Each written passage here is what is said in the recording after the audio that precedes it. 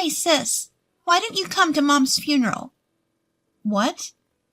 I can't believe my own sister wouldn't even come to our mother's funeral. You're so cold-hearted. It's awful, just awful. That's not something a decent person would do. I was bewildered by the sudden phone call from my sister. That's because our mother had already passed away 3 years ago. We had a proper funeral. I didn't know what my sister was talking about. I'm married and working. I've been blessed with children. Since we both work, we make sure to give our children extra love and attention so they don't feel lonely. My husband is supportive in both housework and childcare, and I'm proud of our ideal family. I have a strong desire not to let my children experience the same things I did. My parents divorced when I was in elementary school, due to my mother's affair. My father found out about the affair because I told him. Though it's often thought that children will always side with their mother, that wasn't the case for me. My mother was far from the ideal mother figure everyone imagines.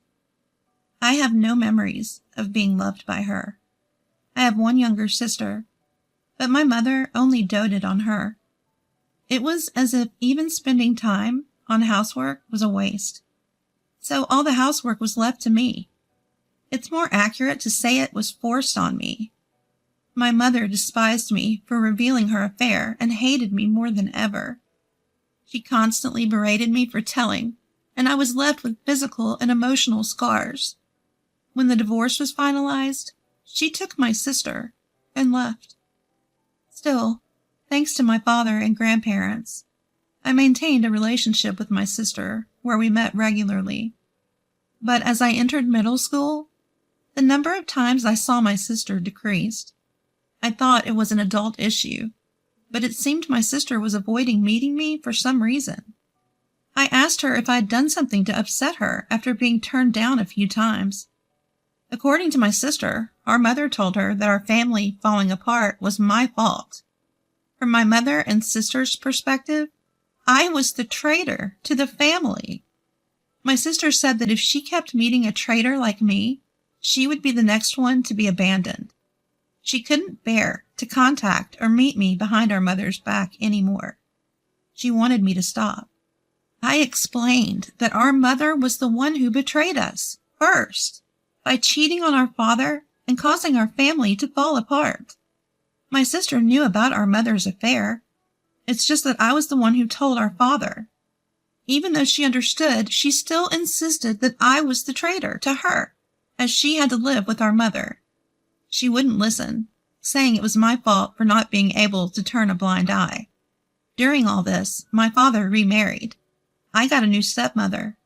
At first, it was awkward, but my stepmother tried her best to be the ideal mother figure. Seeing her efforts, I decided to cherish my new family and stepmother.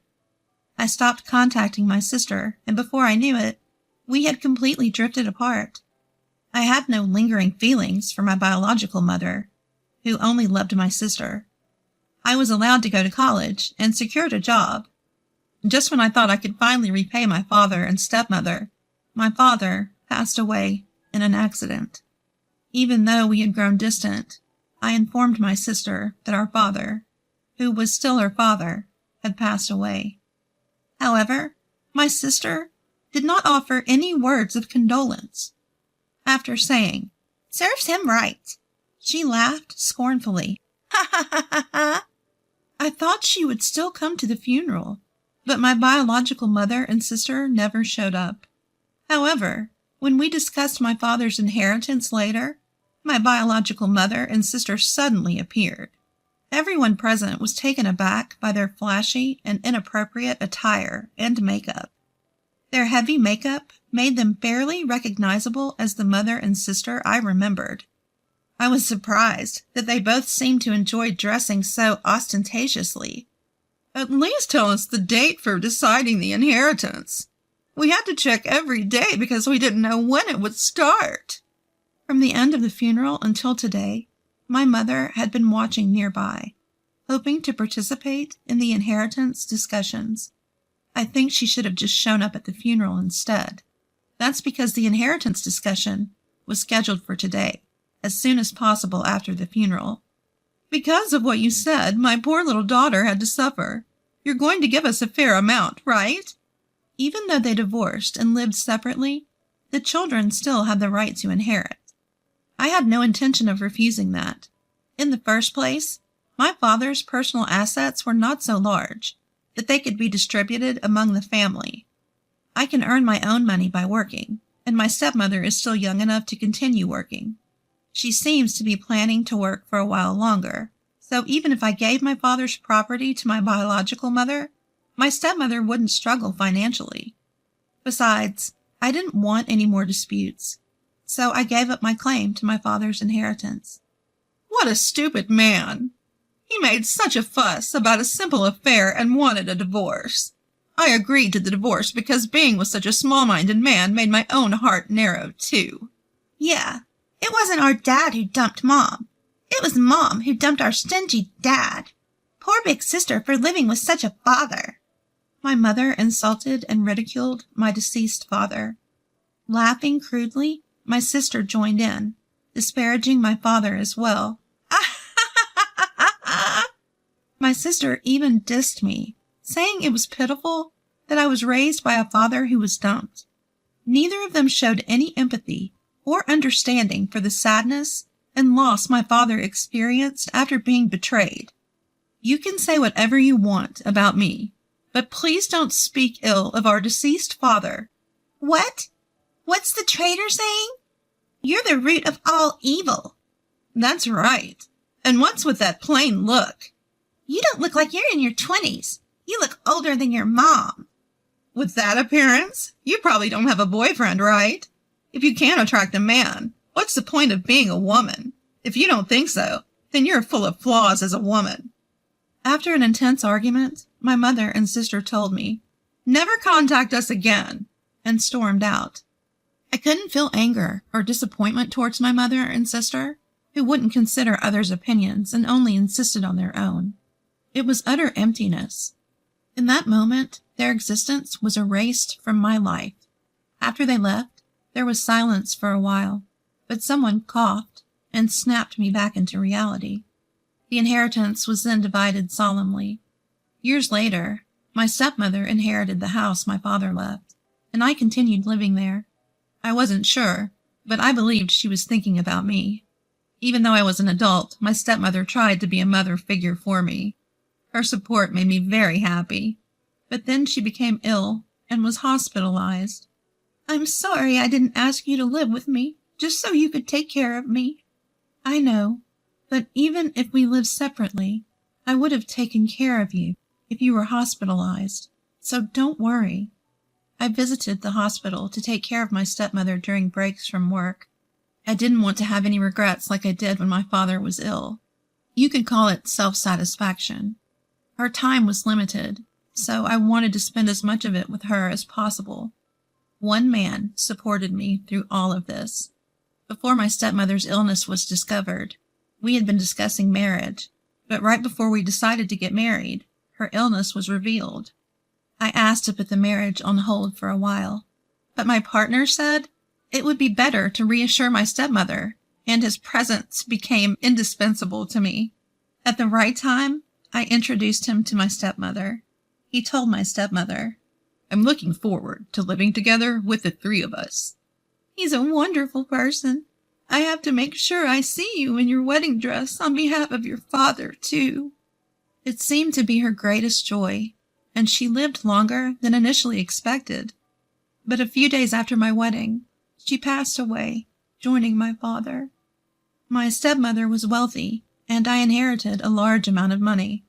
3 years later, and with what my stepmother left behind, I was able to build a happy family. However, my husband and I decided from the beginning of our marriage that we would continue working and live within our means, not relying on the inheritance. Today, as always, I went to work and I received a phone call from an unknown number on my personal cell phone. I thought it was a sales call or something and didn't answer.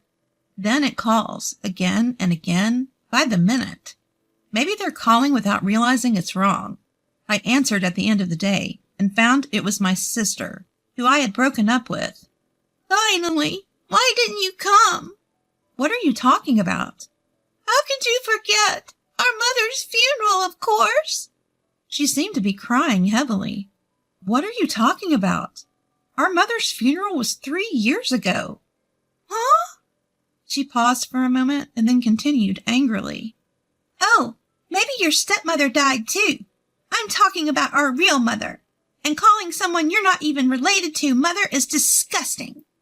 I was irritated, but I ignored her attitude, realizing that losing her mother must have been a huge shock to my sister. To me, my real mother was my stepmother, who had married a man with a child and became a mother to a middle school student overnight. I didn't fully understand this until I had a family of my own, but I think the period of nurturing a life within oneself is the time for a mother to develop self-awareness and commitment. Of course, I am aware that many people can build wonderful family relationships, even without a blood connection, such as through adoption.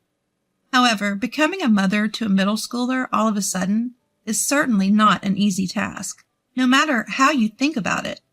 When I consider the efforts and anxieties of my stepmother, all I can feel is gratitude. I am forever indebted to the stepmother who raised me, and she is the image of the mother I strive to be. Blood connections are trivial. In reality, the so-called real mother my sister refers to never even looked at me. So when I hear the word mother, I think of my stepmother who raised me, not my birth mother. I was not dumbfounded. I genuinely believed she was talking about my stepmother. Finally understanding my sister's words, I replied in a disinterested manner, "Oh, I see." I could hear what sounded like her banging or stomping on something over the phone. What? That indifferent attitude? The funeral is over. It's terrible not to attend your own relative's funeral. What a cold-blooded person. You must not have red blood in you.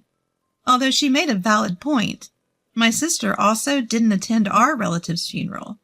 Moreover, our deceased father loved both my sister and me equally.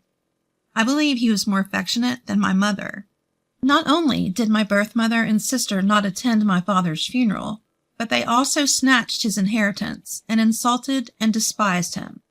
If you ask me, I think those two are the ones without red blood flowing in them. Indifferent. Well, we are strangers, aren't we?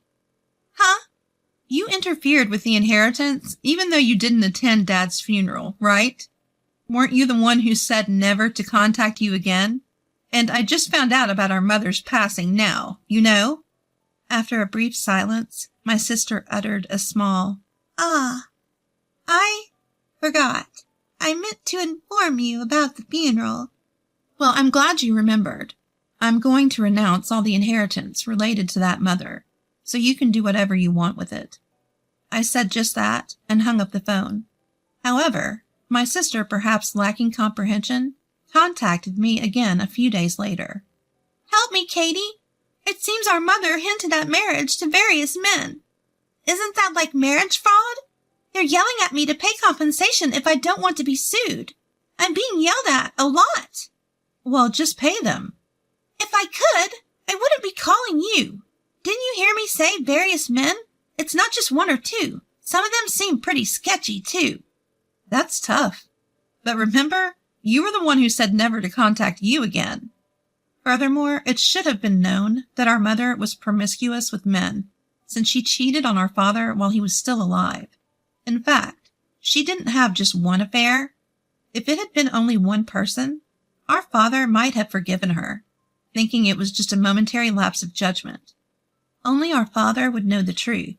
There might be a possibility that I couldn't accept my mother, who had multiple relationships, as a mother. That's because my father tried to adopt my sister several times through a lawyer, but I was told that my sister didn't want to leave, so I gave up on that idea. My sister wanted to stay with our irresponsible mother, even though she saw her up close.